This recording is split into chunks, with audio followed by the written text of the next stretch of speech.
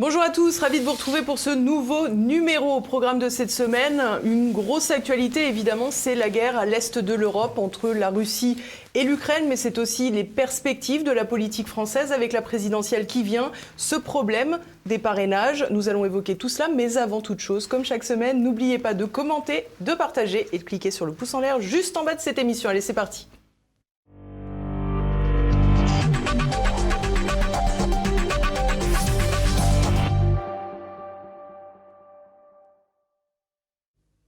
Et mon invité aujourd'hui, c'est Nicolas Dupont-Aignan. Bonjour monsieur. Bonjour madame. Merci beaucoup d'être avec nous. Vous êtes le président de Debout la France, candidat à l'élection présidentielle et vous êtes également député de l'Essonne et membre de la commission des affaires étrangères. Alors Nicolas Dupont-Aignan, l'actualité c'est évidemment cette guerre qui frappe l'Est de l'Europe avec la Russie qui a bombardé depuis jeudi matin l'Est de l'Ukraine et pas seulement l'Est de l'Ukraine d'ailleurs, tout le pays. Jeudi matin, Vladimir Poutine a annoncé lancer des raids pour démilitariser l'Ukraine. Quelle a été votre première réaction quand vous avez appris cette nouvelle ? Un sentiment d'immense gâchis. Et la pensée de l'histoire. Car les tragédies européennes sont souvent parties de conflits régionaux, dérisoires au départ, qui auraient dû être réglés. Et par un enchaînement, un engrenage, on arrive à une espèce de fuite en avant. Et l'agresseur, c'est bien sûr Poutine.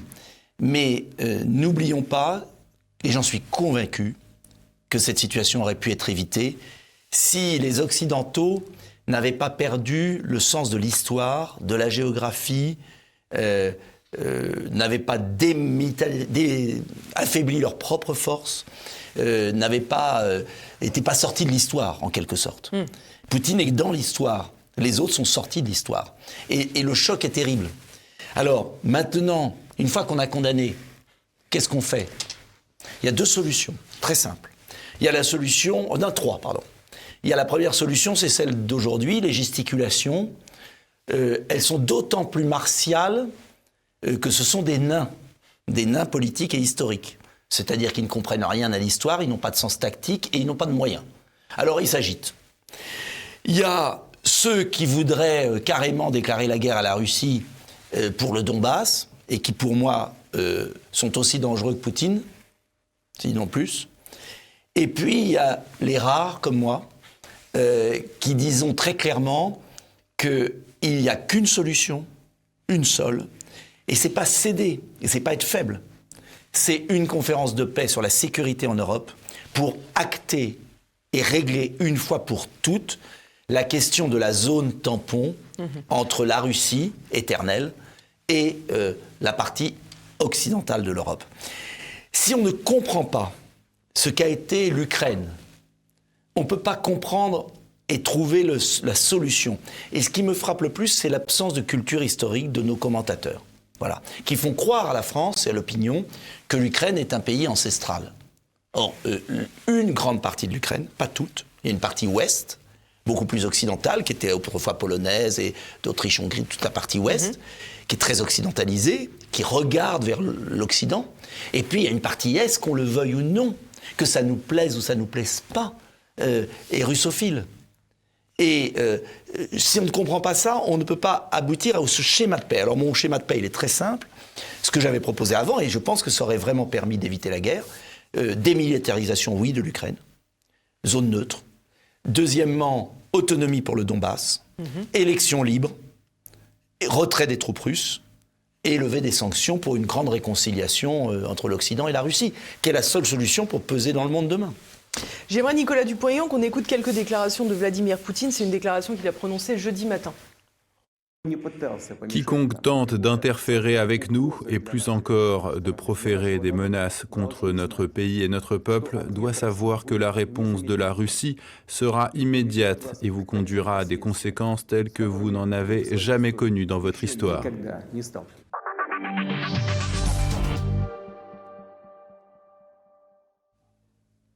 C'est une déclaration très dure, on l'a vu, menaçante. Vous nous expliquez qu'il faudrait démilitariser l'Ukraine, précisément à cause de sa situation de zone tampon entre l'Europe occidentale et la Russie. Est-ce que finalement, c'est pas un c'est pas trop demandé à ce pays qui se retrouve à côté quand même d'un Vladimir Alors, Poutine deux choses. D'abord, offensif. ces paroles de Poutine sont inacceptables. Inacceptables. Mais la seule manière de lutter contre ces paroles de Poutine, c'est de réarmer. C'est d'avoir une force.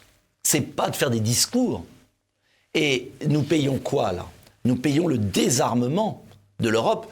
Je vous rappelle qu'entre 2000, la France, sous Jacques Chirac, puis sous Nicolas Sarkozy et sous François Hollande, a baissé ses forces de défense. Ça a été légèrement remonté depuis Emmanuel Macron, mais pas assez. Et dans mon projet présidentiel, il y a l'objectif vraiment d'arriver à 2,5% du PIB, et il faudrait 3%. Et je ne parle pas de l'Allemagne, et je ne parle pas des pays européens. Mais qu'est-ce que ça changerait, là, Nicolas Dupont-Aignan ? On n'enverrait pas l'armée française ? Non, pas pour l'Ukraine. Mais là, cette déclaration, elle n'est pas là-dessus. Elle fait peur, pas sur l'Ukraine. Elle fait peur pour la suite. Bien sûr. Donc, je crois qu'il faut dissocier l'affaire ukrainienne, qu'il faut désamorcer. Et parallèlement, il faut montrer nos biceps et notre force face à un homme qui ne connaît que le rapport de force. Et c'est ça qui est difficile à faire comprendre à l'opinion. C'est que sur l'Ukraine, je pense qu'il faut une négociation, mais sur le reste, il faut muscler notre défense. Et il faut que les Européens sortent du monde de bisounours. Et ils ont cru qu'il n'y avait que le commerce, que l'argent. Ils ne comprennent pas qu'il y a autre chose. Et demain, ça peut être la Chine avec Taïwan, ça peut être autre chose. C'est un changement du monde. On revient au tragique de l'histoire. Et dans le tragique de l'histoire, il faut être fort. Donc moi, je demande, j'ai un plan très, très clair. Si j'étais au pouvoir, je ferais deux choses. D'abord, j'aurais désamorcé avant parce que j'estime que l'Ukraine... C'est ce qu'a essayé de faire Emmanuel Macron, nous dit-on. Non, parce que, en fait, Emmanuel Macron a fait une confusion. Il a eu raison d'aller voir Poutine, mais il fallait y aller avec la France, pas en petit télégraphiste de l'Union européenne et de l'OTAN. Et si j'avais été président, j'aurais dit à mes partenaires, j'y vais en tant que France libre, qui a une voix indépendante et qui dit pas d'OTAN en Ukraine, on s'engage sur un traité de neutralité de l'Ukraine, sur une autonomie du Donbass et les accords de Minsk, on les fait respecter par l'Ukraine qui ne les a pas respectés. Les torts sont partagés. Tout n'est pas la faute de la Russie. Et on désamorce le conflit comme si on avait pu désamorcer le conflit de la bande du Rhin dans les années 30, par une force à la fois... Comme on a désamorcé la Géorgie sous Nicolas Sarkozy. Exactement, vous avez tout compris. Mais comme ils plaquent la guerre froide, ce qui arrange bien les États-Unis, parce qu'il faut bien voir les conséquences de ce conflit. C'est la fin de l'Europe au XXIe siècle, si nous rentrons dans un engrenage. C'est pousser la Russie vers la Chine. C'est passer sous condominium américain. Donc moi, je crois que nous avons deux actions qui paraissent contradictoires, mais qui ne le sont pas. Fermeté à moyen terme pour dire à Poutine, au-delà de l'Ukraine, cette limite n'est pas franchissable et ça sera la guerre totale. Mais pour ça, il faut se muscler. Il ne faut pas attendre Biden, parce que si vous avez vu la conférence de presse d'hier, je ne serais pas rassuré si j'étais polonais. Et puis, deuxième point, il faut une conférence de paix, car je crois sincèrement que si l'Ukraine était neutre, on n'en serait pas là. Voilà. On a le sentiment finalement que la France n'a plus de place sur le jeu diplomatique aujourd'hui et que l'attitude que pouvait avoir un général de Gaulle, bien sûr, et même un Nicolas Sarkozy en 2008, alors que la France avait quand même déjà perdu sa superbe, on est dans un passé qui semble très lointain. Mais la France n'est plus libre. La France n'a plus une parole indépendante. La France ne pense plus par elle-même. Je suis à la Commission des Affaires étrangères, c'est fascinant et effrayant. Quand on entend M. Le Drian, il ne pense pas par lui-même. À chaque fois qu'il vient nous voir, c'est pour nous dire qu'il consulte ses partenaires européens. Mais comme les 28 n'ont pas la même position, entre l'Italie et les pays baltes, c'est le jour et la nuit, la montagne accouche d'une souris et la France est ballottée. La France n'a plus d'influence, pas simplement parce qu'elle a moins de puissance, mais parce qu'elle ne pense plus par elle-même. Elle n'est plus libre, elle n'est plus indépendante. Et c'est là où j'aurais aimé que la France puisse être la voie d'une solution raisonnée. Et on l'aurait fait avant, je ne sais pas si ça aurait empêché, pour être très honnête, mais puisqu'à partir du moment où les Allemands, les Américains, les Polonais ont transformé l'Ukraine en une base avancée contre la Russie, il ne fallait pas s'étonner qu'à un moment, la Russie réagisse. Et c'est pas être pro-russe, parce que quand on dit ça, immédiatement, on vous taxe de pro-russe. C'est pas ça, c'est avoir une analyse géographique, il suffit de regarder une carte historique. Pragmatique. Pragmatique. J'ai eu beaucoup de chance, M. Maillard, qui était le conseiller diplomatique du général de Gaulle, qui était très âgé et que j'ai connu quand j'étais jeune.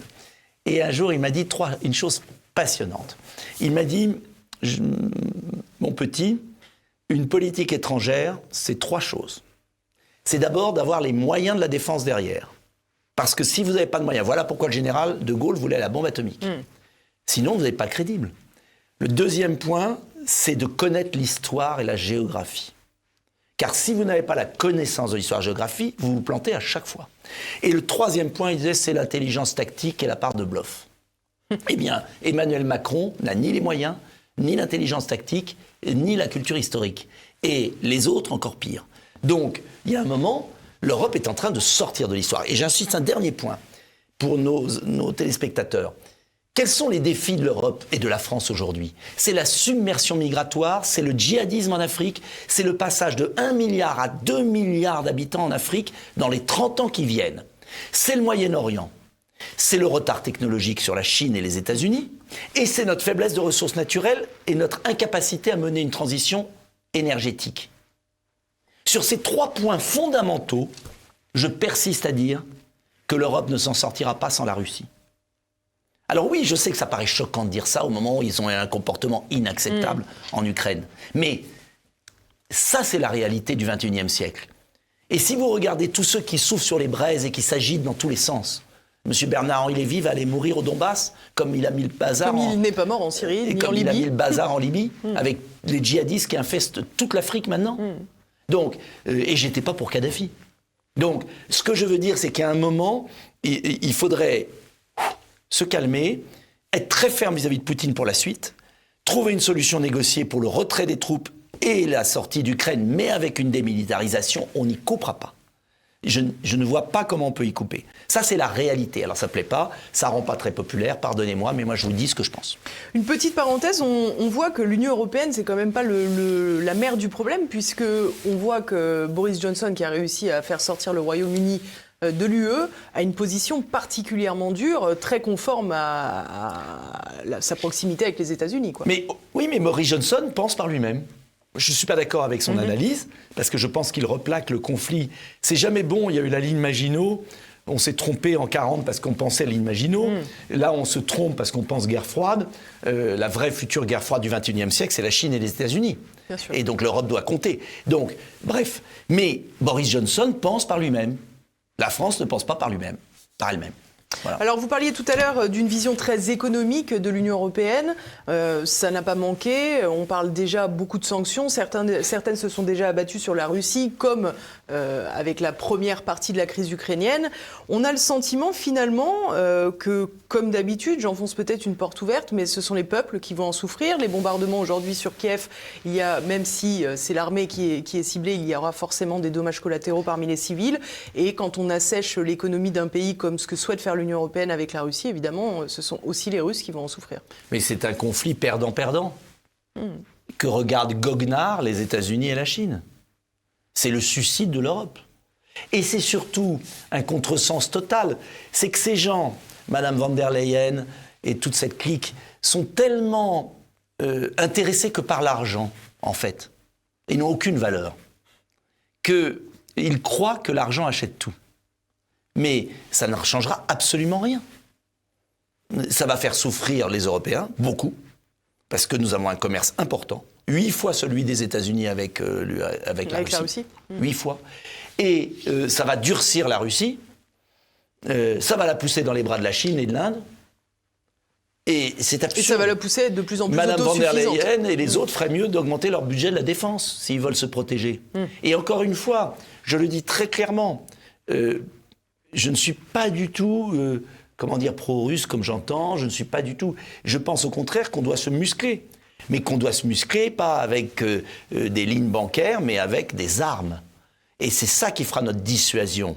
Et on voit bien que le parapluie américain n'est pas durable. On le voit bien, parce que Biden, le discours d'hier était très intéressant, si vous le regardez entre les lignes.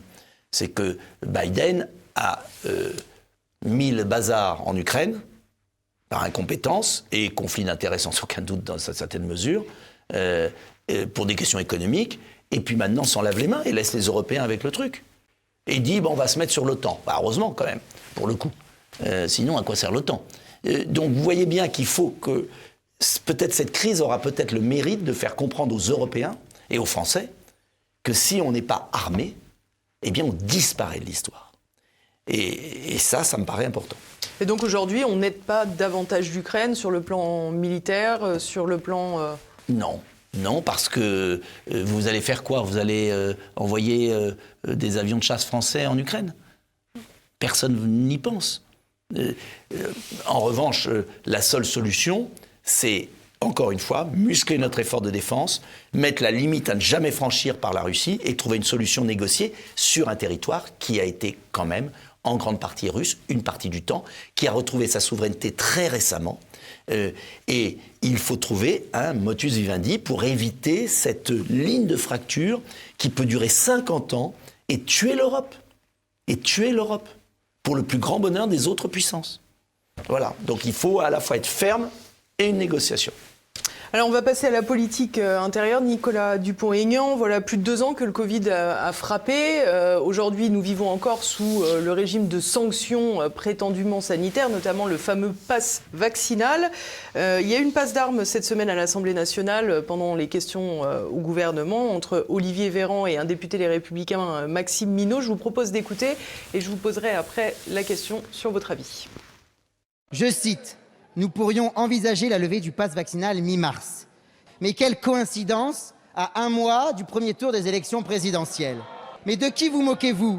Dois-je comprendre à travers votre question, mais je ne peux pas l'imaginer, que vous auriez souhaité que le virus ne diminue pas dans notre pays, que les places à l'hôpital ne se libèrent pas et que les patients soient de moins en moins nombreux à aller en réanimation. Pensez-vous que le variant Omicron et que les variants Delta aient attendu la campagne présidentielle pour décider que tout à coup, il allait y avoir une chute épidémique ?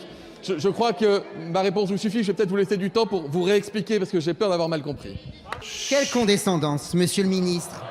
Vos invectives, vos haussements de sourcils ne peuvent cacher au mieux votre malaise ou au pire vos mensonges. Hier, il fallait s'adapter au virus. Mais dorénavant, c'est l'inverse. Avec votre mépris coutumier, vous avez insulté ceux qui refusaient le pass vaccinal encore ce matin. Et maintenant, il serait inutile dans 1 mois. C'est maintenant qu'il faut l'abroger, sans attendre que cela coïncide avec la campagne des élections présidentielles. Monsieur le député Minot, il y a une chose qui est sûre, c'est qu'au moment où nous abrogerons le pass, la question restera en suspens. Celle que je me pose depuis que nous avons mis en place le pass, c'est que pense votre groupe du pass vaccinal ? Posez la question aux médecins, ils vous répondront. Ils n'ont pas envie qu'aujourd'hui, on enlève tout ce qui est capable de nous protéger. Par contre, dans 15 jours, 3 semaines, ça pourrait être le cas.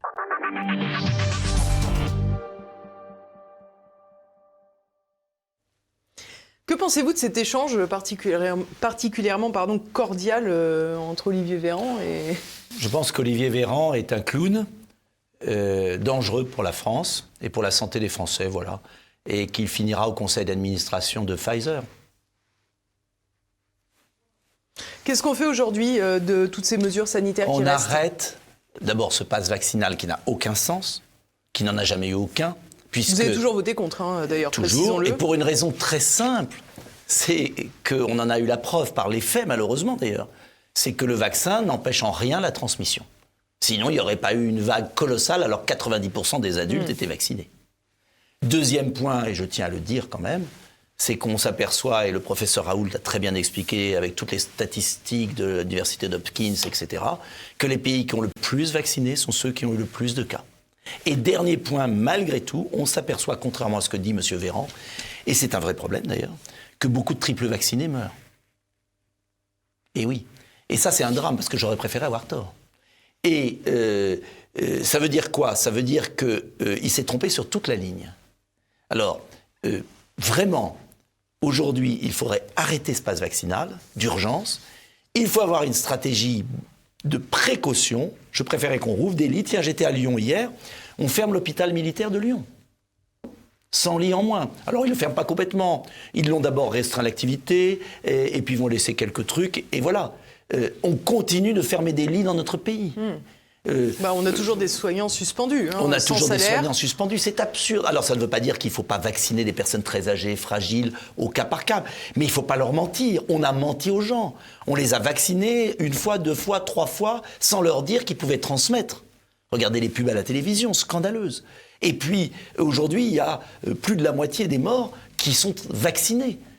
Donc, heureusement, l'épidémie se termine. Heureusement, Omicron était un variant beaucoup moins fort.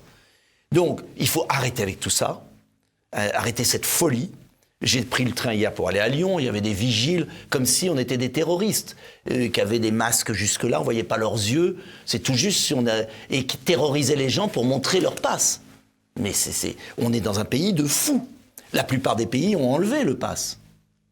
Et d'ailleurs, attention, M. Véran a dit, il ne faut pas se tromper, il a dit, on le suspendra, ça veut dire quoi ? On ne le supprimera pas. Oui, bien sûr. Ils veulent le suspendre le temps de la campagne et ils veulent le rétablir après parce qu'il nous a dit qu'il faudra prendre la 4e dose. Et il a même dit, ma main ne faiblira pas pour la 4e dose. Donc, je suis candidat d'ailleurs à la présidentielle pour rendre la liberté aux Français. Car je suis le seul, avec Florian Philippot, à avoir été clair. Le seul. Les autres, ça a toujours été peut-être bien que oui, peut-être bien que non. Bon, j'ai été clair. J'avais un plan B qui aurait permis d'éviter des milliers de morts. Je le maintiens, je persiste et je signe. Et M. Véran devra, devant sa conscience, rendre des comptes, parce que quand on a freiné des soins, comme l'ivermectine dans notre pays, quand on a bloqué les soins de l'Institut Pasteur de Lille sur une molécule qui permettait de soigner, je pense qu'on a vraiment du sang sur la conscience. Alors vous dites que vous auriez sans doute pu éviter une partie des morts en France. C'est amusant puisque c'est précisément l'inverse de ce que dit Robert Ménard, qui considère que Florian Philippot, que Nicolas Dupont-Aignan, que je crois aussi François Asselineau, vous qui avez combattu les mesures sanitaires imposées par le gouvernement, avez des morts sur la conscience. Je crois que c'était le terme. Oui, le pauvre Robert Ménard, à mon avis, se trompe. En tout cas, moi, je n'ai pas parlé de lui comme ça. Et je trouve toujours très curieux ces personnes qui appartiennent quand même à une famille de pensée, qui passent plus de temps à critiquer ceux qui combattent les mêmes adversaires que les adversaires. Donc je ne vais pas faire avec Robert Ménard ce que j'aime pas qu'il puisse faire avec moi. Très bien. Dans 43 jours, Nicolas Dupont-Aignan, ce sera le premier tour de la présidentielle. Mais avant toute chose, il y a une date cruciale. C'est vendredi prochain, le 4 mars. C'est la clôture des parrainages pour pouvoir accéder justement à la ligne de départ de la présidentielle. Au dernier décompte, vous étiez à 457 signatures. Donc, je suis très bonne en calcul. Il en manque 43. C'est plus dur que les années précédentes ? 100 fois plus dur. Pourquoi ? Parce que les maires sont comme les Français, écœurés de la vie politique. Et combien de fois des maires m'ont dit « on vous aime bien, on vote pour vous, mais on ne vous parrainera pas parce que ras-le-bol, on ne veut plus participer à tout ça ». C'est très inquiétant. Et c'est inquiétant et compréhensible. Parce que l'État a dépossédé les maires de leurs responsabilités. Leur fait faire le sale boulot, ils sont au front, c'est-à-dire que les concitoyens, ils savent où ils habitent. Ils vont sonner à leur porte, le maire rural. Et puis, il n'a plus aucun pouvoir. Tout a été basculé vers les intercommunalités. Il y a une recentralisation, une bureaucratisation du pays, des formulaires partout. Donc le maire, il est face à la population et il n'a plus la liberté d'agir. Il n'a plus les moyens d'agir. Donc il en a ras-le-bol, pour être plus franc. Et donc, les parrainages sont la conséquence, c'est-à-dire qu'ils disent, voilà, assez. Et ce qui m'a fait le plus de peine, c'est que j'ai beaucoup de parrains, de gens, encore un là, il n'y a pas longtemps, ah, je vote pour vous, s'il y a une voix dans mon village, ça sera la mienne pour vous.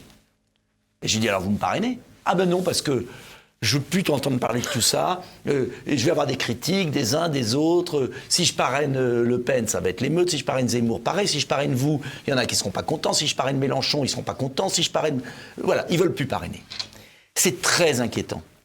Et je dis aux maires, reprenez-vous. Je sais que la loi n'est pas bien faite, mais parrainer, c'est pas soutenir. Voilà. Alors en 2017, Nicolas Dupont-Aignan, vous étiez déjà candidat, vous aviez réussi à réunir près de 1,7 million de voix, c'est quand même important, 4,7%. Comment imaginez-vous ne pas pouvoir participer à cette élection en 2022 si vous ne parvenez pas à réunir ces signatures ? Et il m'en manque actuellement, je dirais une vingtaine, un peu moins, une quinzaine. Mais chaque jour, j'essaye d'en avoir une de plus, mais c'est fini. mardi ou mercredi, parce qu'il faut les envoyer par la poste. On ne peut même pas les déposer au Conseil. Oui, il vaut mieux prendre Tout est fait pour que une marge d'erreur avec la poste en principe. Donc ça veut dire que moi, j'ai plus que ce week-end pour gagner 10 ou 15 parrainages, et je peux vous dire que c'est pas facile.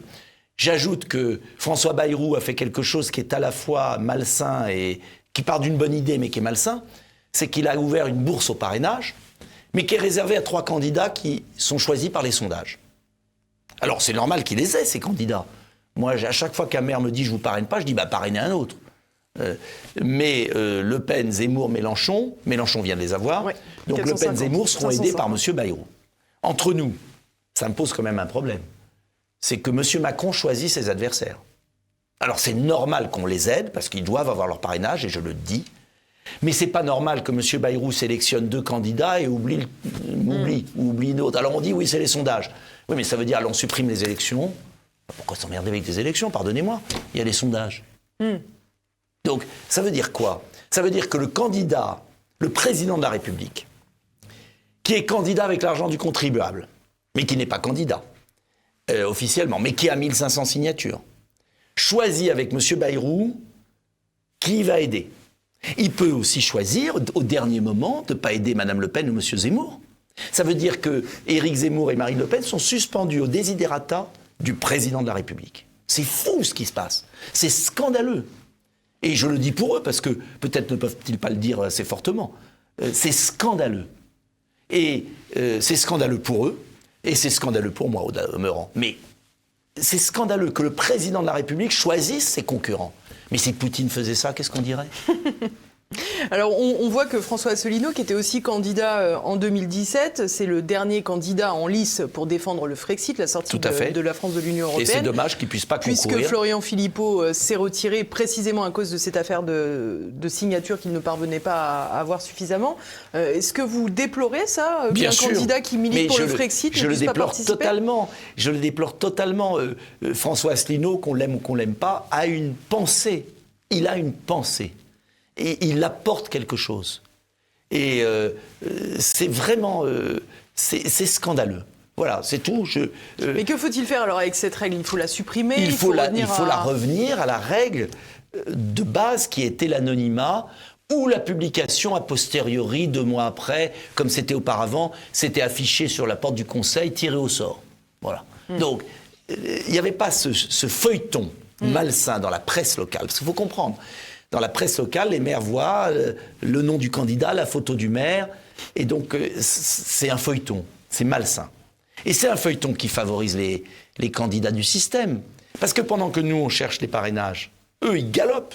Alors, ils font beaucoup de bêtises, dans un sens, on les voit faire des bêtises.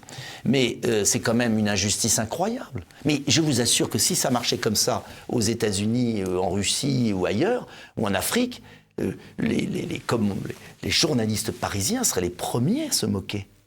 Et tout le monde accepte. Vous savez à combien de jours on est du scrutin? Je ne sais plus. On est à 44 jours, je crois. 44 jours? Est-ce qu'il y a eu un débat à la télévision entre les candidats? Emmanuel Macron ne veut pas débattre, non, visiblement. mais c'est surréaliste. Est-ce qu'on aborde les questions de fond? Jamais. Il a fallu que j'aille à Lyon hier pour un forum de la presse locale pour qu'enfin on pose des questions de fond pendant 1h30.